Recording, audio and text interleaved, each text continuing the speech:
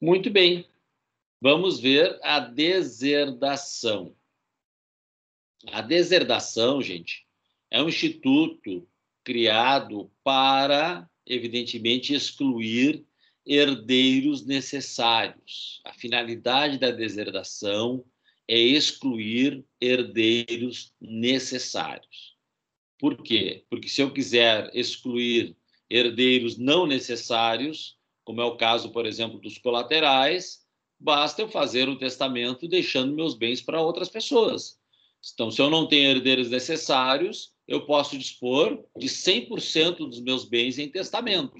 Então, se eu não quero que um herdeiro não necessário receba, se eu não quero que um irmão receba, se eu não quero que um sobrinho receba, eu só tenho esses parentes, eu faço um testamento deixando todo o meu patrimônio para quem eu quiser. E aí estaria solucionado. Portanto, a deserdação, ela se aplica exclusivamente, ou ela foi criada exatamente para retirar os herdeiros necessários daquela sucessão, certo? E quais são as causas da deserdação? Então, vamos lá para ver as causas da deserdação.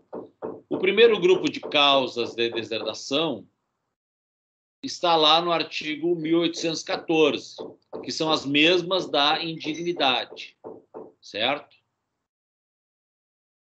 Então, as mesmas causas da indignidade também são causas de deserdação, certo? Eu também posso utilizar essas causas como causas de deserdação. Então, que houverem sido autores ou coautores ou partícipes, aqui, obviamente, se trata de tentativa de homicídio, né? Porque a deserdação presume que depois disso eu fiz um testamento, né? Então, não dá para falar em homicídio, mas em tentativa. Acusação caluniosa em juízo, crime contra a honra, aquele que por violência ou meio fraudulento inibir e obstar o autor da herança de dispor livremente de seus bens por ato de última vontade. Então, essas do 1814 são as primeiras que nós temos que examinar, que são também causas de deserdação.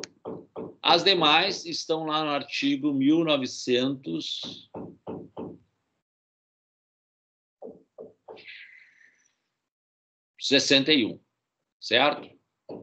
Observe aqui o 1961. Os herdeiros necessários podem ser privados de sua legítima ou deserdados em todos os casos que podem ser excluídos da sucessão. Aí o 1962 diz, além das causas mencionadas no artigo 1814, então além daquelas da indignidade, autorizam a deserdação dos descendentes por seus ascendentes.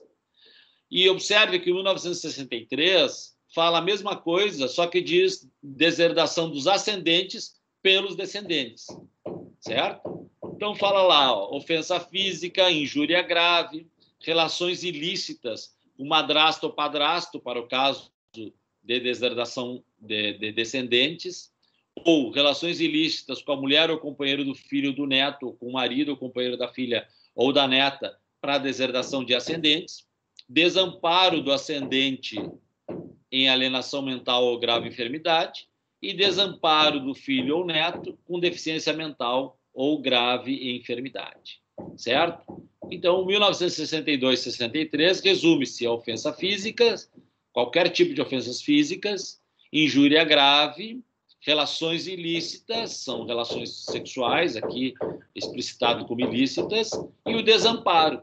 O desamparo dos ascendentes, o desamparo de descendentes, também pode levar posteriormente à deserdação. Certo? Muito bem. Então, essas são as hipóteses de deserdação do 1962, 1963 e do 1814. O importante é o seguinte, só existe deserdação através de testamento. Não existe como a indignidade que depois que morre a pessoa, os demais herdeiros podem ir lá e comprovar que a pessoa praticou um ato contra o falecido e requerer a sua declaração de indignidade. Isso existe na indignidade. Na deserdação, não. Na deserdação, eu preciso de um testamento válido. Eu preciso que nesse testamento o testador deseje deserdar, é o único que pode querer deserdar, então ele tem que deserdar expressamente, ele tem que manifestar o desejo de deserdação de forma expressa, e ele tem que deserdar dizendo a causa. E essa causa que ele tem para dizer tem que ser uma das hipóteses previstas na lei.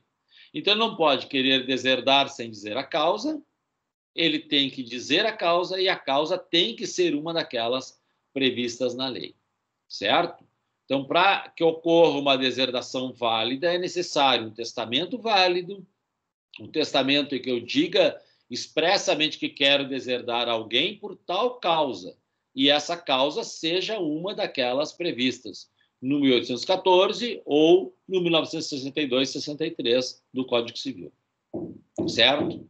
Muito bem. Aberto o testamento, ao ser apresentado no inventário, então, o juiz vai intimar o deserdado da cláusula de deserdação. E o intimado, o deserdado, aquele que está ali como deserdado no testamento, vai se manifestar sobre a cláusula de deserdação. Poderá reconhecer, e aí pronto, já o juiz certamente irá deserdá-lo, como também ele poderá dizer que não foi ele que tentou matar, ou não foi ele que fez aquela ofensa física, ou não foi ele que fez aquela injúria grave, descrita, ou ele nunca teve nenhuma relação ilícita com a madrasta ou com o padrasto, enfim, na hipótese qualquer que for prevista de deserdação. Então, ele pode contestar. Se ele contestar, então caberá ao testamenteiro, que é aquele que protege o testamento, que é aquele que defende o testamento, que faz a defesa da validade do testamento, caberá ao testamenteiro comprovar que aquela causa de deserdação realmente aconteceu. Se ele comprovar que a causa de deserdação realmente aconteceu, o juiz, então, em sentença, vai deserdar. Se ele não comprovar, ou se comprovar e o juiz não se convencer, enfim, uma instrução processual normal, simplesmente o juiz poderá não reconhecer a causa e não deserdar. Então, a deserdação precisa estar prevista em testamento, precisa dizer a causa, e somente sobre aquela causa que a pessoa poderá ser acusada, não poderá ser deserdada por outro motivo, e caberá ao juiz a análise final, havendo contestação da causa pelo deserdado. Se o deserdado contestar a causa, dizer que não foi ele, que ele não é culpado, essa discussão vai cair no colo do juiz, e o juiz vai ter que definir, vai ter que responder, e vai ter que dizer se a pessoa é ou não deserdada ao final. Compreendido isso, gente? Compreendido.